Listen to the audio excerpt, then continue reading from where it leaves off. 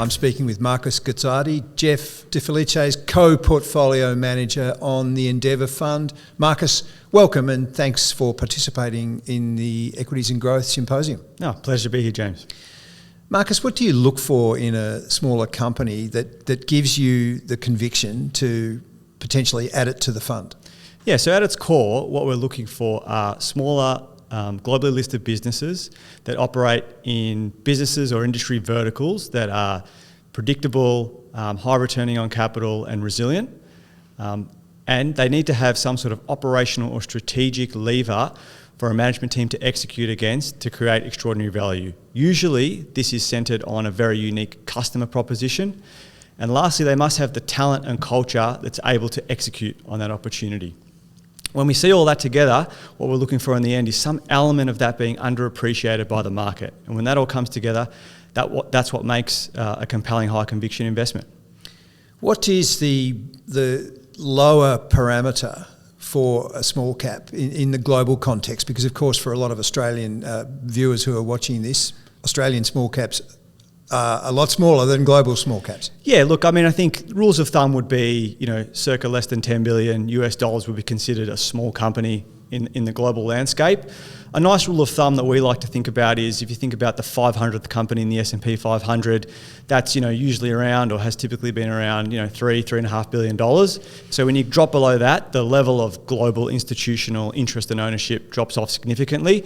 And then when you go below $1 billion, it almost takes another massive step down. And so that sort of single-digit billion market cap range is typically a very attractive hunting ground for us. How do you balance long-term growth potential with near-term risks, whether market risks or industry risks or even idiosyncratic risks, when you're assessing the global opportunity set you've got?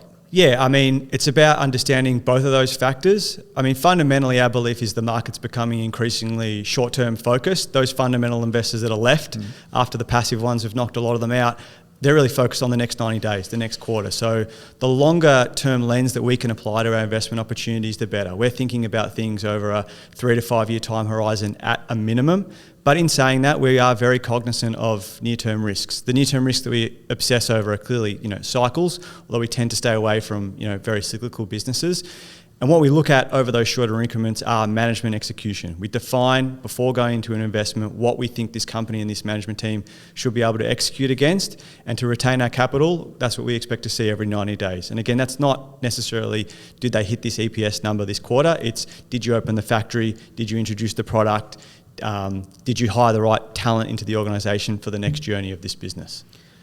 Jeff spoke about the 4 verticals that the fund focuses on. Do sector biases creep in or even geographical biases? Are they meant to be there in terms of sectors because of the 4 verticals you've identified?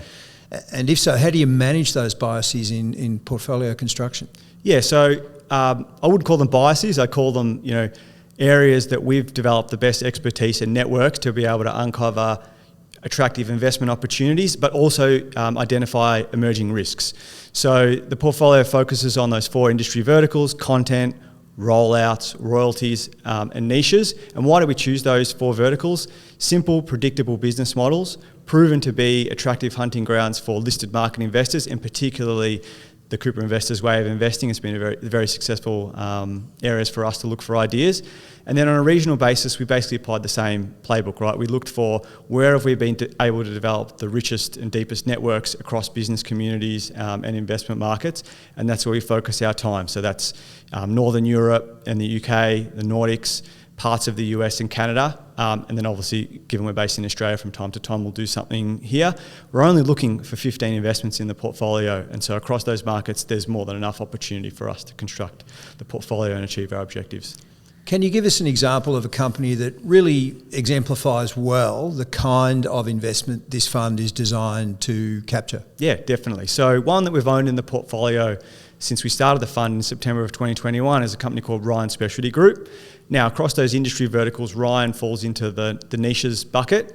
Ryan is a wholesale insurance broker, which means they help clients and insurance companies place the most difficult to insure risks in markets, stuff that falls out of the standard insurance markets.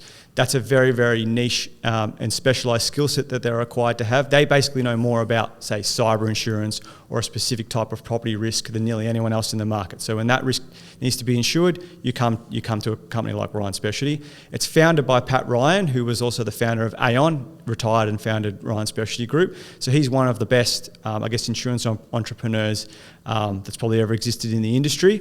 And he's built around him an extraordinary team of entrepreneurs and brokers and a culture where they're able to deliver very, very unique solutions to clients that we think is still fundamentally misunderstood by the market. And what's attractive about that is, they're not taking balance sheet risk. The financial model is very attractive. So when they place insurance, they charge a small commission, 5 or 6%. And we think there's a very, very long growth runway for this business to continue to grow at a double-digit rate for the foreseeable future. And that's really what we're looking for at the smaller end of the market. Unique customer propositions, really compelling people and culture, and then just a long runway for execution so we can partner with them over that period. For advisors, Marcus, what's the key benefit of adding global small caps through a really focused high conviction strategy like the Endeavour Fund? Yeah, so I think if you look over the very long-term data, the small company cohort has delivered the best returns in listed markets. That's not always the case, but that's what the long-term data says. But you scratch a little bit further below the surface and you'll notice that most of those returns are actually delivered by a minority of the companies. Now, you think, why is a company small? It's a business model that can't scale. It's in a limited market or limited size market, or it was once a large company and it's going backwards. You knock all of them out and you're left with a group of exceptional businesses led by exceptional people, and you need a very deliberate and detailed approach to be able to uncover them, and that's where the exceptional returns lie. Marcus Guzzardi from Cooper Investors, thank you very much for your time. Thanks, James.